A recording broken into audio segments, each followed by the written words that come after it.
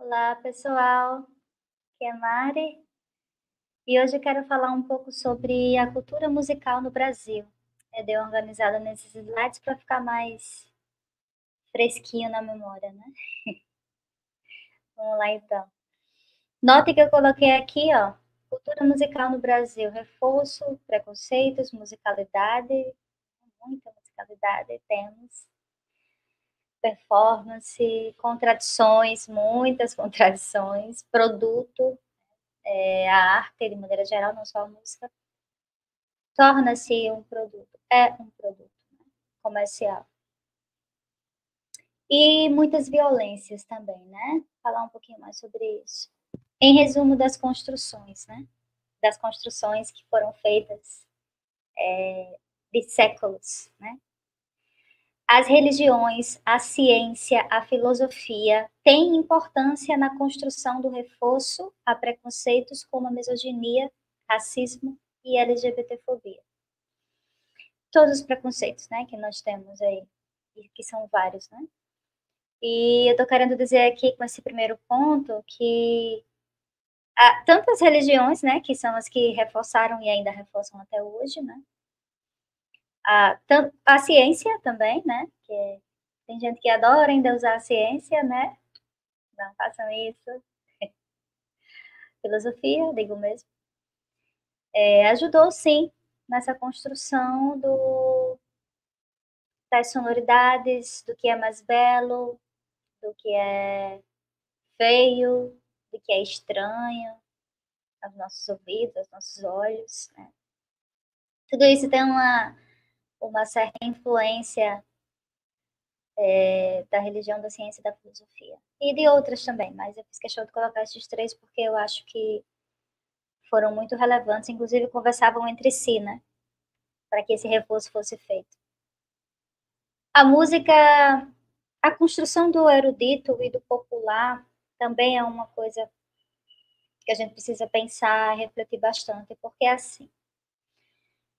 Toda vida que a gente coloca um nicho musical no campo do erudito ou no campo do popular, a gente está como se estivesse colocando em caixas separadas e desvalorizando um e valorizando demais o outro, né?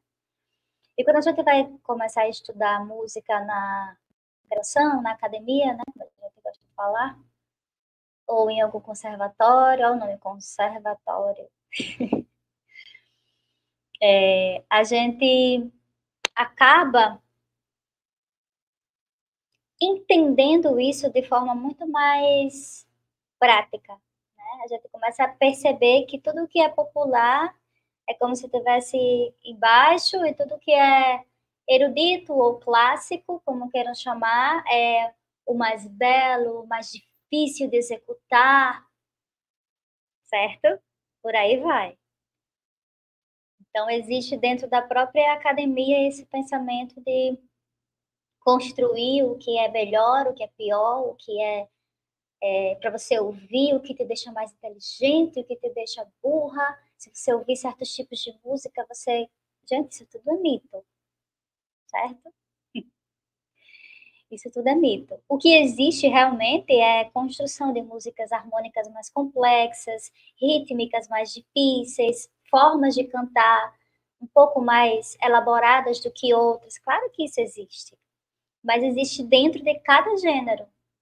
Só porque é uma música pop não quer dizer que vai ser fácil de cantar ou de tocar, né? Vai ser mais fácil do que uma música do Renascimento, por exemplo, né? Então, calma, né? Antes de colocar essas músicas, esses gêneros musicais, né?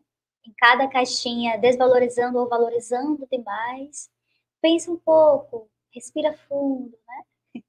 Reflete antes de falar besteira ou coisas preconceituosas, né?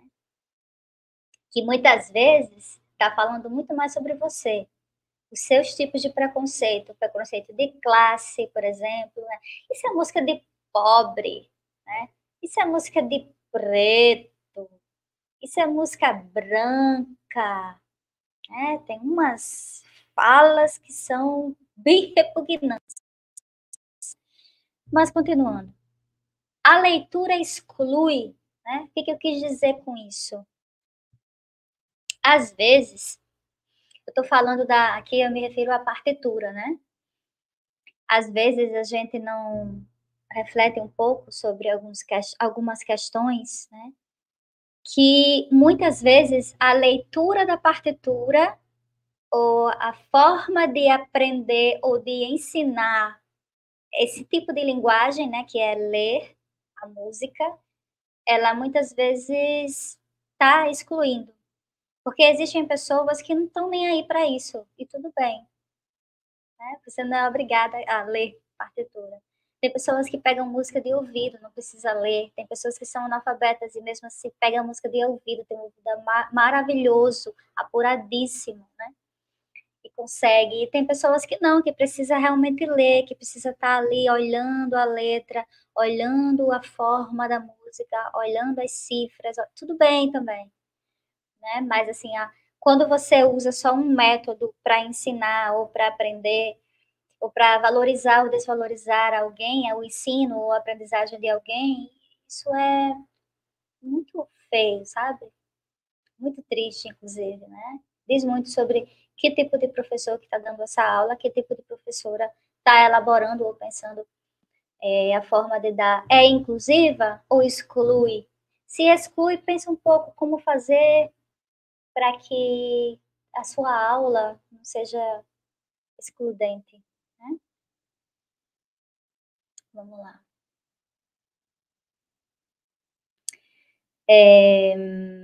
Que ser de um país colonizado, aqui eu me refiro a nós mesmos, né?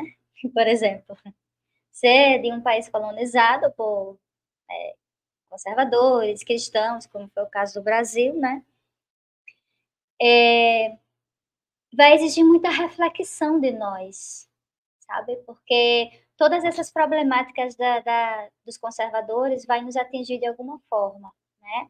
Os papéis de gênero, né? O patriarcado, a manifestação cultural, desvalorizando tudo o que é popular, né? E valorizando demais o que é erudito, o que vem da Europa, por exemplo, né? Que é uma música clássica, né? Como se no Brasil também não tivesse música clássica. Temos compositores também de música clássica. Só que não é valorizado como os outros que vêm de fora. Né? Isso aqui, esse slide, eu queria chamar um pouco a atenção para ele, né? Porque é importante. Não é o seu gosto musical que define o que é arte. Porque eu já vi muitas pessoas falando assim, ah, não, isso não é música, né? Aquilo sim é música, isso aqui não é música, né?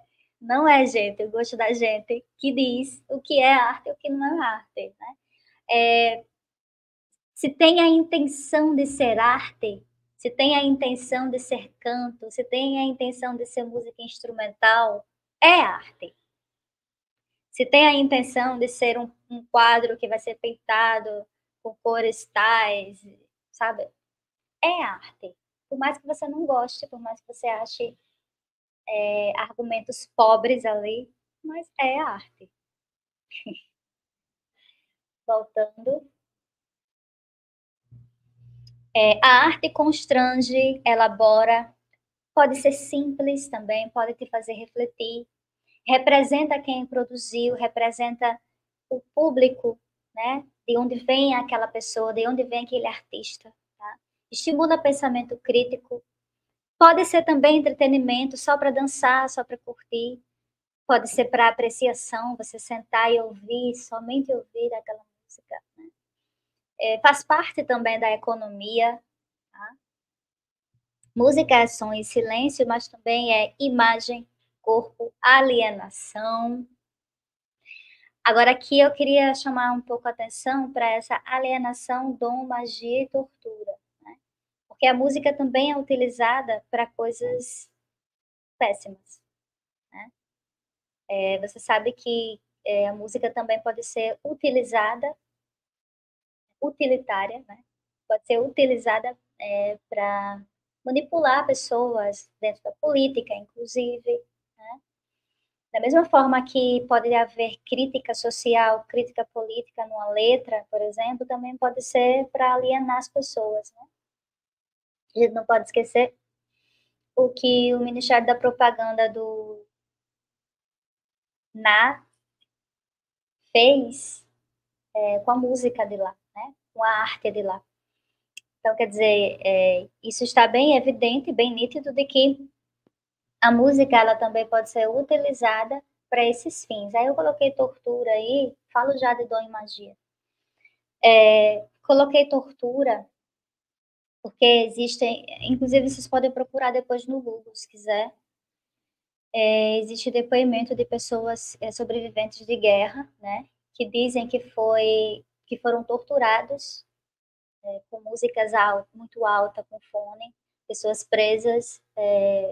Eu não vou ficar descrevendo aqui porque vocês podem procurar e depois ver que é coisa da minha cabeça, né, que eu tô falando. Que existem evidências disso, tá? Testemunhos de pessoas que sobreviveram a guerras e a torturas, inclusive na ditadura militar, isso também foi utilizado.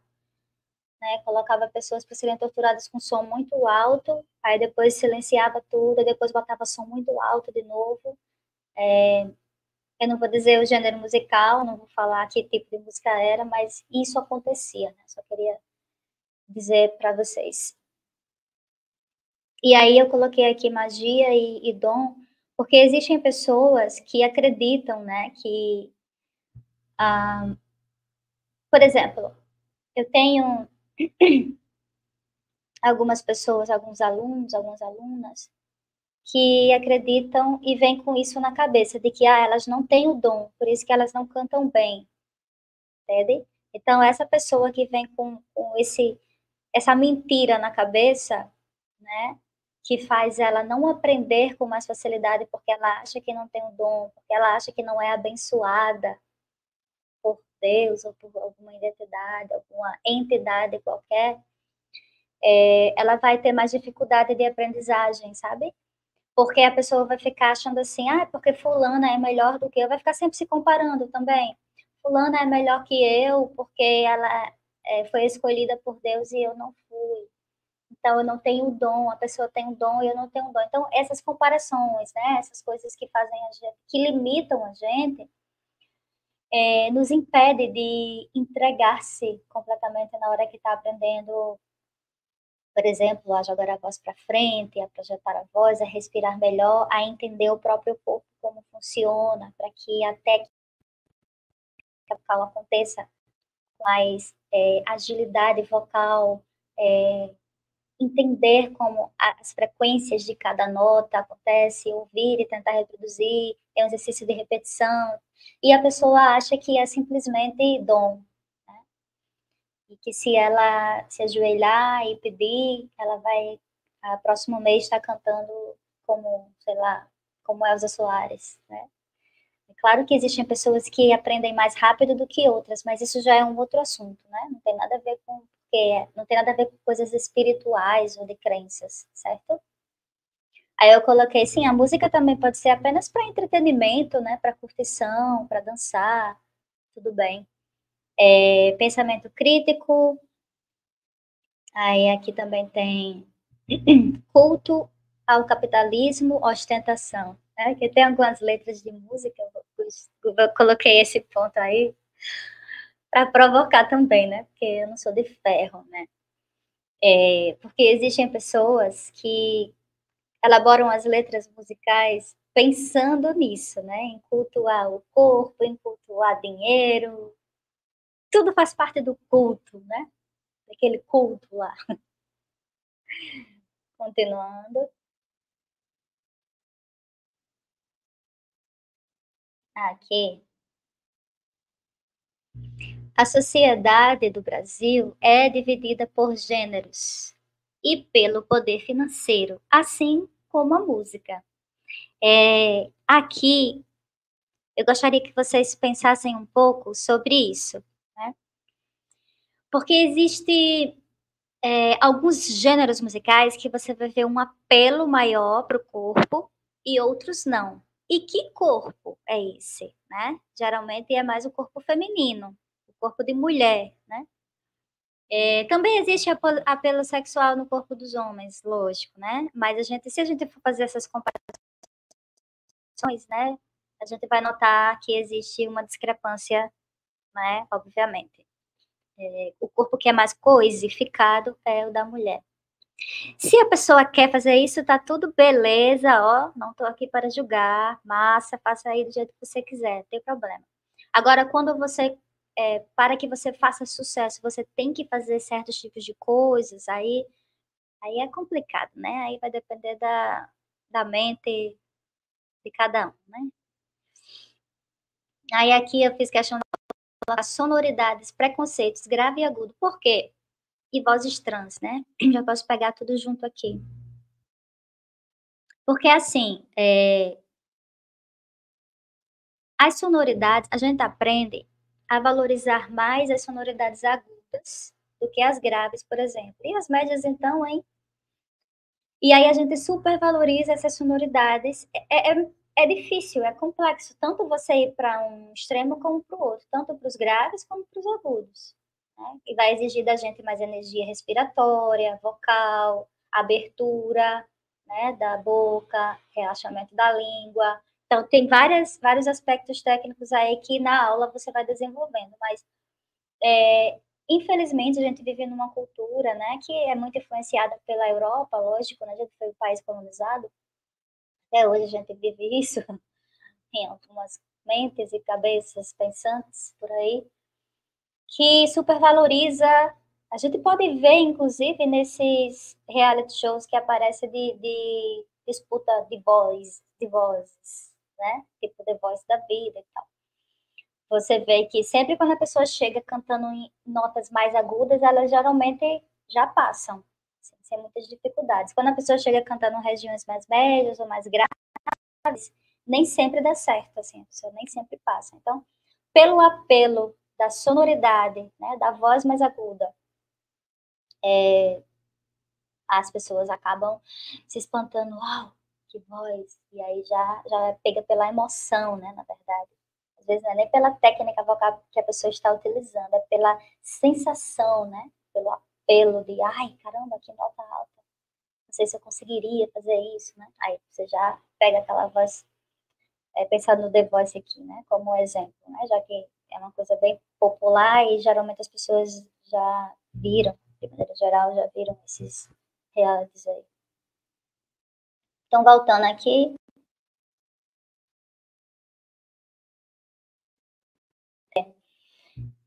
aqui eu estou falando de vozes, né? Velha, nova, sexo, política, tudo isso é influenciado na hora que a gente escuta um som, uma voz em específico. Eu estou puxando sardinha para o meu lado, né? Porque eu sou professora de canto. Então, lógico que eu vou falar mais da minha área, né? Mas, assim, as vozes que têm uma sonoridade mais jovem, né? Geralmente elas chamam mais atenção. As vozes que são um pouco, têm uma sonoridade mais de pessoa mais velha, né? E a política também influencia, né, nisso, porque depende do viés, o que aquela pessoa está cantando, está sempre dando pista do viés político dela, né, de aqui e acolá vai aparecer em algum lugar. Né? Supervalorização nos estereótipos, violência vocal, fala direito, fala como homem, canta como homem, né? Esses tipos de expressões que vai desvalorizando as pessoas, né, que estão ali fazendo suas técnicas, cantando, os artistas de maneira geral, né? Isso acontece muito com pessoas que têm as vozes trans, né? As pessoas que são transgêneros, né? A questão do gênero é uma questão de dominação política. Então, a gente vai notar que o gênero que domina a musicalidade ainda é também a masculina, o homem. A arte é a primeira coisa que é atacada, manipulada, diminuída ou imposta. Note no fascismo, no nazismo, nas ditaduras, governos autoritários ou imperialistas. As artes é vista como ferramenta dentro das opressões ao povo. E depois vem os costumes. Primeiro eles vêm pelas artes, né? Primeiro eles vêm dominando não só a música, né? De maneira geral, e depois através dos costumes. Porque a arte, o outdoor, as novelas, os filmes, os seriados, tudo isso está misturado, né? E a música sempre está ali, a trilha sonora, A música sempre está ali de alguma forma alinhavando, né, costurando toda essa cultura, né, audiovisual que nós estamos inseridas, né. Aí eu coloquei aqui um exemplo de uma mulher que eu admiro muito, né, que foi uma musicista, compositora, instrumentista, maestrina, a primeira pianista chorona, a primeira mulher a reger uma orquestra no Brasil, Chiquinha Gonzaga, né? Ela viveu de 1847 a 1935, carioca, né? Morreu aos 87 anos. Então ela viveu bastante tempo, inclusive ela pega o fim do Brasil Império e o início do governo Vargas, né? Então essa mulher ela viveu muitas dificuldades, né? Na época que ela viveu. Lutou pelos direitos autorais, porque não existia isso. As pessoas escreviam as letras, as músicas na partitura, e vinha outro, pegava, dizia que era dele, sabe? Então tinha todas essas problemáticas aí rolando nesse país, nessa época que ela viveu, né? E na época que ela viveu também ainda existia escravidão, ela era uma abolicionista, para você ter ideia, né? Que período nebuloso que ela viveu, muito misógino, muito misógino. Se hoje a gente acha que nosso país é misógino, imagine naquela época, né? Século XIX. Ela é uma mulher do século XIX, mas ela vive até o início do século XX. Porque aqui, só para situar a gente no tempo, né? Contexto. Ela viveu no Brasil, Império, Guerra do Paraguai e até a Era de Vargas. Deixa eu ver aqui o próximo. O início, né, de Vargas. Aqui é um exemplo da música dela, né? Aquela "Oh, abre alas que eu quero passar". Ela fez essa música em 1899. Certo? Tentativa da naturalização da violência contra as mulheres. Em 1900, século XX, o que acontece? Olha essa letra aqui. Eu não vou ler, certo? Vou deixar aí na tela para vocês lerem. Olha aí. Isso é uma música, tá? Eu até pensei em colocar a letra, mas a letra não, desculpa. O áudio um pouquinho, o trecho, mas eu não vou botar não. Vocês procurem aí no Google, quem quiser ouvir. Pois é, isso é uma letra. Ela é 87, se eu não tiver enganada. 80, 90, né? Ela ainda ficou reverberando nos anos 90. Já leram, né? Então é isso. A tentativa, coloquei esse slide aqui, ó. Tentativa de naturalização da violência contra as mulheres, né?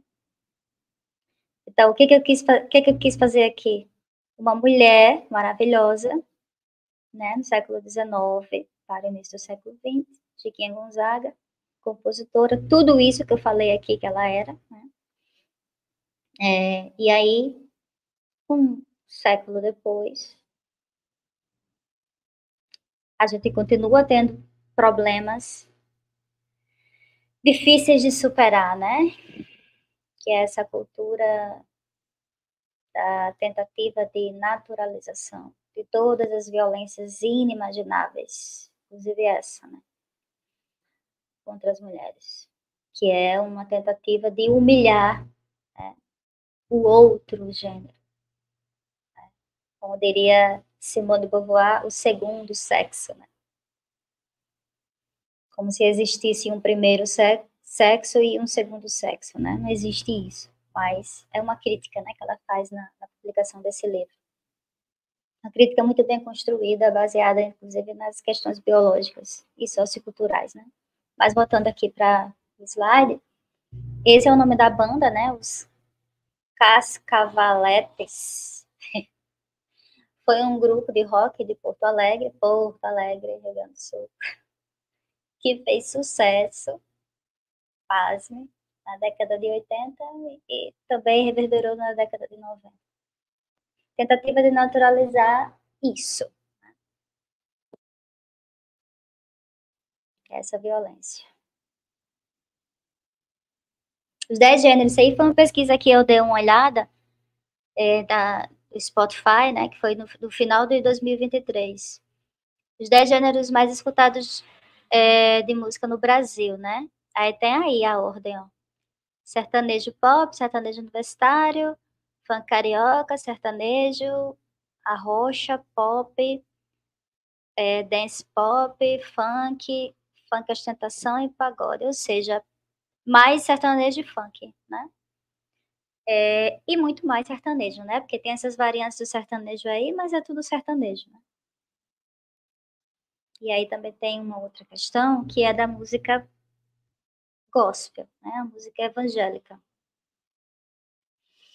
Que existe um poder financeiro também por trás, assim como existe do sertanejo, existe esse poder financeiro por trás também da música gospel, né, porque a gente sabe que, quem está por trás da música gospel tem editoras, tem rádio, tem gravadora, né, existe todo um mercado por trás, desses artistas, né, do mundo gospel, né. E isso eu estou falando mais do pessoal da música protestante. Também existe a música católica, mas não chega ao poder econômico que a música protestante tem, certo? No Brasil hoje, em que nós estamos. Então tem aí, né, os exemplos, TV, rádio, as próprias igrejas, né. TV aberta tem vários canais evangélicos, né, que ficam o tempo inteiro passando, pregações e músicas evangélicas, protestantes. Tem editoras, e tudo isso tem inspirado nas igrejas estadunidenses, neopentecostal e adventista, né.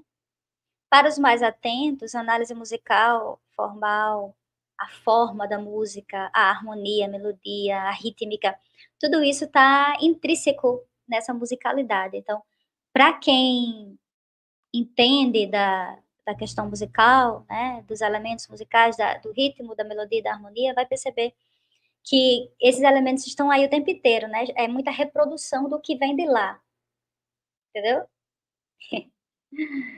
Isso daria uma outra live, um outro vídeo, seja lá o que for, porque é muita coisa para falar, então eu vou falando rapidamente, certo? Para o vídeo não ficar tão grande também.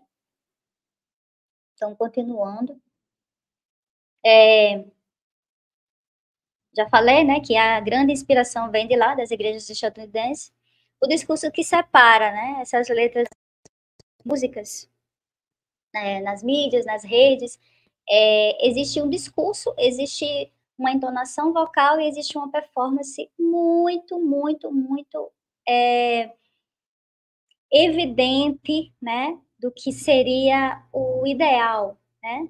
E a sonoridade é sempre aquela voz, assim, aqui nesse lugar, o grito misturado com o choro, né. Então toda essa colocação vocal, esse apelo, né, essa coisa de desespero, né, essa voz aguda, que em sua maioria sempre é, tanto de homem como de mulher, né, ela também vem desse mercado gospel neopentecostal, né, de muita influência dos Estados Unidos.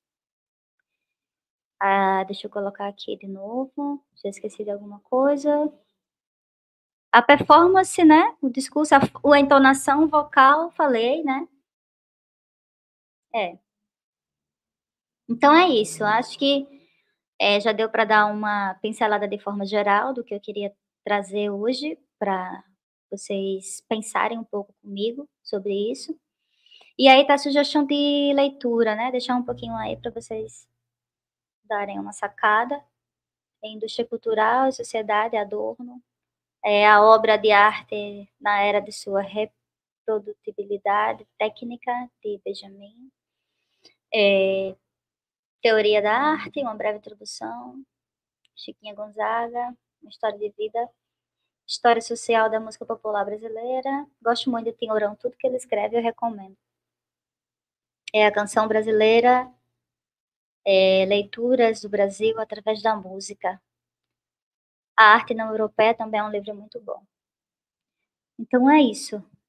Fiz questão de trazer essa abordagem, né, sobre a musicalidade no Brasil, as influências, os preconceitos, as distorções, né, as disputas de poder que existem, né, para a gente perceber o quanto que a música acaba também influenciando, né, na nossa maneira de ser, de atuar, de falar, de, de ouvir, né, de ouvir certos tipos de música, está sendo influenciado o tempo inteiro e não percebe muitas vezes, né. Então é só pra gente dar uma acordada, dar um choque assim, sabe, para pensar um pouquinho sobre essas questões, tá bom? Então, esse é um dos meus objetivos com esse canal também. E é isso, um cheiro e tchau, até o próximo vídeo. Curte, compartilha, por favor, ajuda aqui o YouTube a entender que vocês estão gostando dos vídeos que eu tenho feito, tá? Tchau!